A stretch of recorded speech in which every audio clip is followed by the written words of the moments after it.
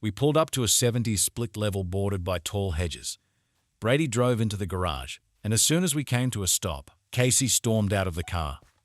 "Casey, wait," I called out, following after her. "I don't want to talk to you," Casey snapped back. I'd never seen this side of Casey. Sure, I'd seen her angry, but not like this.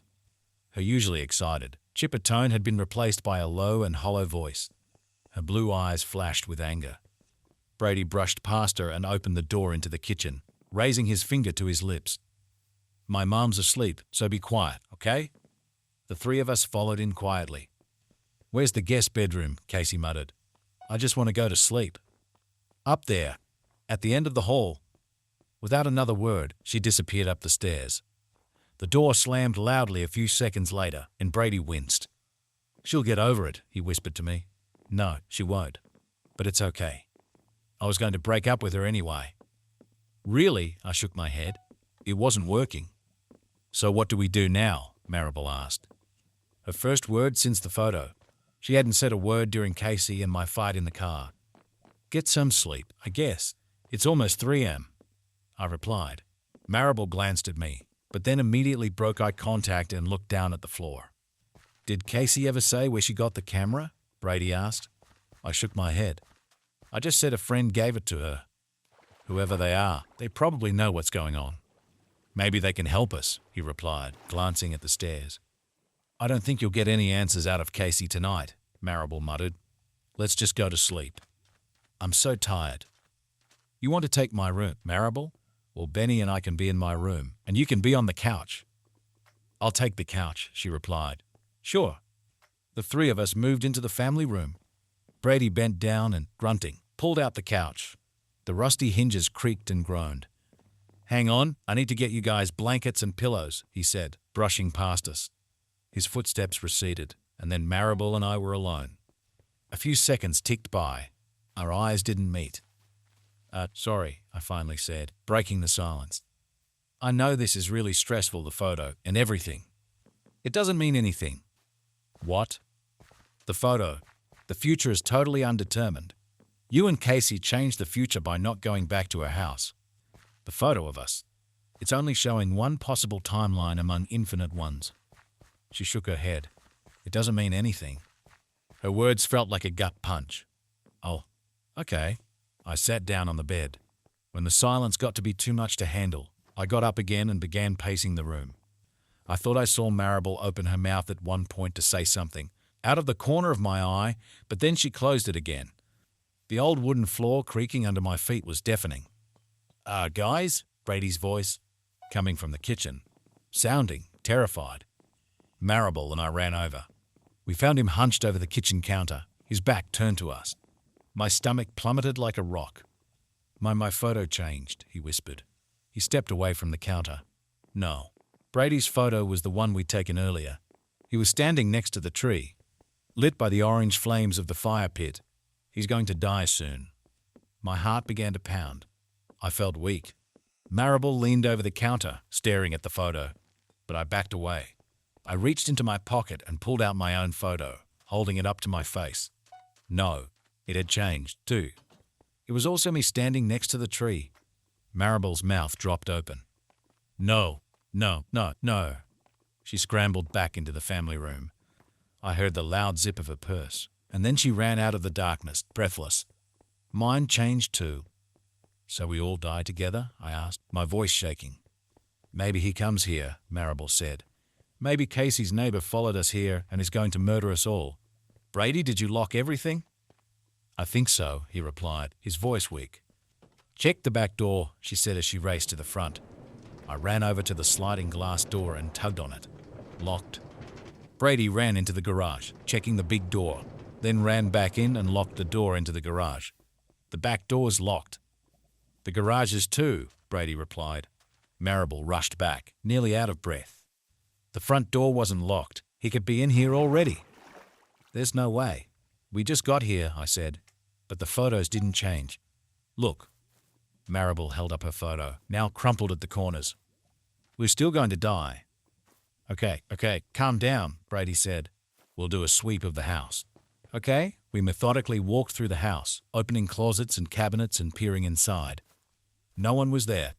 But we did find one of the windows in the living room open, the curtains billowing in the wind. Brady slammed it shut. When we got upstairs, Brady took a quick peek in his mum's room. She was fast asleep. He tiptoed in and checked her closet. Empty. The guest bedroom, however, was locked. "Casey," I called through the door. Nothing. "Maybe she's already sleeping," Brady said. "Or maybe she's already dead," Maribel whispered. "Guys, I'm sure she's fine," Brady said. He started down the stairs. "I need to go set the burglar alarm." A few seconds later, the beeping of the keypad came from downstairs. "I think we should check on her," I whispered. Maribel nodded. "Me too. Should we just break the door down or something?" "Hang on." Maribel reached up into her curly, dark hair. After a few seconds, she slid a metal bobby pin out. Then she knelt on the ground and slid it into the hole in the doorknob. Clicking sounds came through the hallway as she tried to unlock it. "What the fuck are you doing?" Casey's voice came through the door, aggravated and harsh. "Sorry, we just wanted to. I don't want to talk to anyone." I heard a screech of aggravation, and then a dragging sound followed by a thump at the door. It sounded like she was wedging something against the door. "Casey, our photos changed," I called through the door. "They're all of us by the fire pit. Did yours change, too?" "Go away. I fucking hate all of you," she screamed. Maribel and I exchanged looks. Then we headed back downstairs to find Brady pacing back and forth in the kitchen. "They didn't change," he told us. "We're locked in. The burglar alarm is on. Unless Casey's neighbor breaks through a window and shoots us all in, like 3 minutes flat, it doesn't make sense. My guess is that it's a fire, or a gas leak, or Casey." We turned to Maribel. "She sounds completely unhinged in there. What if she comes out and kills us?" "There's no way she could," Brady started. "Her dad has guns," I interjected. "She could sneak out while we're sleeping, get a gun, come back, and shoot us." "Do you really think she's capable of that?" Brady whispered. "I don't know. Honestly, I don't know her that well. I always felt like I was talking to a mask. All her photos are so posed, and she's always keeping up this, like, cheerleader cool girl persona that feels so fake. How she was acting tonight. I've never seen her act like that." "So what do we do?" Maribel asked. "I don't know. I guess we leave and see if the photos change," I replied. "What if it isn't her? We can't just leave her here. And we can't just leave my mom here either," Brady said. "What if it's a fire or something? What if one of us goes and check if their picture changes, and the others stay here and make sure the house doesn't burn down?" "I guess that makes sense," Brady said, hesitating.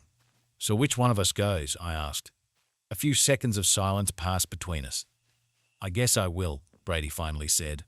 "Your pictures might not change either way if one of you is Casey's target. I'm the only one that would just be collateral damage. Besides, I don't really trust you guys driving my car," he said with a small smile. "Okay, sure." "Wait, but you have to plan not to come back," Maribel interjected. "If you're just going for a drive, the photo, camera, or whatever might know that." She pulled out her phone and began frantically tapping at the screen. "What are you doing?" Brady asked. "Calling the Motel 6. A pause. "Hi, I'd like to make a reservation for tonight, please. Just one. I'm not going to pay for a motel. You got a better idea?" "No, sorry, I wasn't talking to you." "Yeah, I do. My uncle lives in Belleville. He'll put me up for the night." Maribel glanced at him. "Okay, sorry, cancel the reservation. We found something else." A few minutes later, Brady headed out. "I'll call you when I get there," he said, "and tell you what the photo is." We listened to the rumble of his engine, and after he'd pulled out, we closed and locked the garage door. I pulled out my phone, flipping it over nervously in my hands. "We're going to be fine," I said to Maribel when I caught her looking at me. She laughed. "Oh, really?" "Yeah." She glanced down at my hands, flipping the phone over and over. "I think you need more convincing than me." We sat down at the kitchen table. Maribel opened a drawer and, after rummaging around, pulled out a huge chef's knife. "If Casey really does go crazy on us," she said, smirking at my shocked expression. "Do you think she'd try to kill us?" I asked. "I don't know. She's your girlfriend." "Yeah, but she's still your friend." "Do you think she'd do something like that?" I whispered. Her smile faded. "I don't know. Casey has always been emotionally volatile, I guess, is the word. Like one time we were swapping dresses, and I tried on this one dress that, I don't know, was very special to her for some reason, I guess. And she flipped out at me, like screaming at me, calling me a bitch the works. I'd be furious at her, except she went completely back to normal as soon as I gave it back. Huh, I'd never really seen that side of her. Yeah, I think she probably hides the crazy from all her boyfriends. The conversation fizzled out, and we sat there in awkward silence, listening to the ticking of the annoying bird clock Brady's mother had hung up. Maribel looked down at the knife, her reflection in it. I picked at my cuticles, and then, suddenly, my phone rang. I jumped and flipped it over. It's Brady. I picked it up. Hello? But from the instant I heard his voice, I knew something was terribly wrong. The photo had changed, but it's not up. God, I think I'm going to die. Slow down. I can barely understand you, I said, anxiety flooding through me at the same time Maribel asked, What's he saying? I grabbed the photo and switched it to speaker. What did the photo change to? I had to get on the highway to get to Belleville, and there's that toll, right? Well, my picture changed to the security camera picture from me driving through the toll. What? The picture is me driving through the toll 10 minutes ago. Oh, no, there's another toll coming up in 5 miles. That means I die before I get there. Can you turn around? Maribel asked. No, there's this huge median. Pull over, she shouted. Do something, anything that you weren't planning to do. Pull over, get out of the car, and start running. But Maribel was interrupted. Wait, what the fuck is that? Brady asked, his voice weak and confused. But before he could explain, it happened. Crack. An ear-splitting crash came through the speakers. And then the call dropped. Maribel and I sat there in stunned silence, staring at the phone. Tears burned my eyes. My arms were frozen, and my entire body stuck to the chair, staring at the black screen. We didn't want to say it, but we both knew. Brady was gone. I collapsed into a chair, sobbing uncontrollably. I fumbled to call 911, my words spilling out in incoherent fragments. He got into an accident. Brady Esposito, on the highway, near the toll, near Belleville. I sat next to Maribel, wrapping my arms around her, and started to cry too. The tinny voice on the other end of the line kept saying, Sir, are you still there? Stay with me on the line, please. But I couldn't respond. I couldn't do anything but hold Maribel and cry. This can't be real. It's just a stupid photo. Maybe he didn't die. Maybe he's okay. But I knew. Deep down, I knew he was dead. That was the deal from the start. The camera was going to kill us, one way or another. It had never been said, but it was obvious, wasn't it? The camera didn't just tell us our fates, it made them. And Casey had willingly brought it to us. I took pictures of all of us. Did she know this would happen? I ran up the stairs. Brady's gone, I screamed, banging my fist on the door. So you better tell us where you got this camera. A light pattering of footsteps sounded behind me as Maribel joined me. She grabbed me by the shoulders and nudged me away from the door. Hey, the photos haven't changed, she whispered, shoving them in my face. Casey might still come out of there and murder us all. You think she would really? I don't know. But the photos didn't change. I backed away from the door. Slowly, we walked to the stairs. I looked back over my shoulder, but the door didn't open. Maybe Casey had already fallen asleep. Or maybe she'd snuck out and gone back to her dad's house to get a gun. Emotionally volatile. That's what Maribel had said. And she was so angry at us. If she could get her hands on a gun. What do we do now? I whispered as we got back downstairs. If we try to leave, we'll die on the road, Maribel replied, her voice wavering. But if we stay here... She glanced down at the photos in her hand. The photos of us by the tree, lit by the bonfire. The last photos of us alive. Wait, I said. What if we destroy the photos? It hadn't occurred to me before. But now, in fight or flight, in the darkness, death staring us in the face, it seemed obvious. Destroying the camera would be better, except we didn't have that. The CVS had disposed of it or whatever when they developed the photos. Maribel looked at me. That could work. Maybe. I don't know. I ran into the kitchen, yanking on the drawers and searching. Finally, I found it. A little book of matches. I ripped one off, and on the third strike, the flame sizzled to life, illuminating the kitchen in flickering orange tones. I grabbed Maribel's photo first. I touched the flame in the photo. For a few seconds, it didn't take. The glossy photo paper seemed to repel it, almost. "Come on," I muttered, holding both the match and the photo as still as I could in my shaking hands. The flame finally caught. The corner of the photo began to curl up, the base of the tree distorting as if it were melting. My heart pounded faster, something like hope bloomed in my chest, and then Maribel screamed. She fell to the ground and began thrashing on the floor, screaming and shrieking in pain. "Maribel, what?" I started, but then I stared at the photo. The flame, distorting the lines of color, turned it to ash. I raced to the sink. It was extinguished with a hiss, and immediately her screams quieted. I dropped to the floor next to her. Tears streamed down her cheeks as she looked up at me. "It hurts so much," she choked out, blinking away more tears.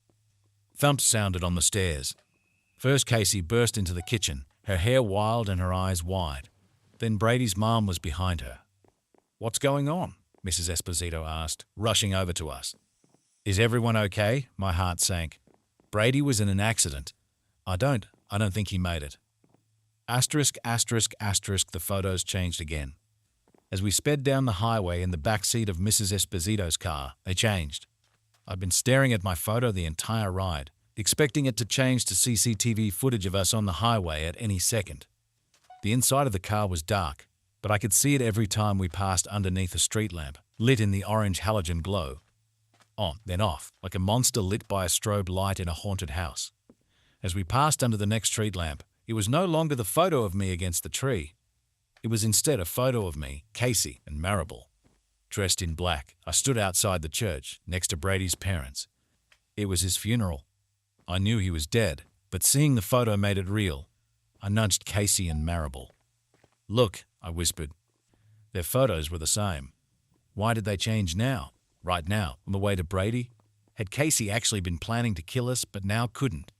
"Where did you get the camera?" I whispered to Casey. She looked back at me in the dark with wide, blue eyes. "Casey, I didn't know it was going to kill anyone, okay?" she whispered, the corners of her mouth twitching. "Yeah, we know, Casey," Maribel whispered. "But where did you get it?" She glanced between us fearfully.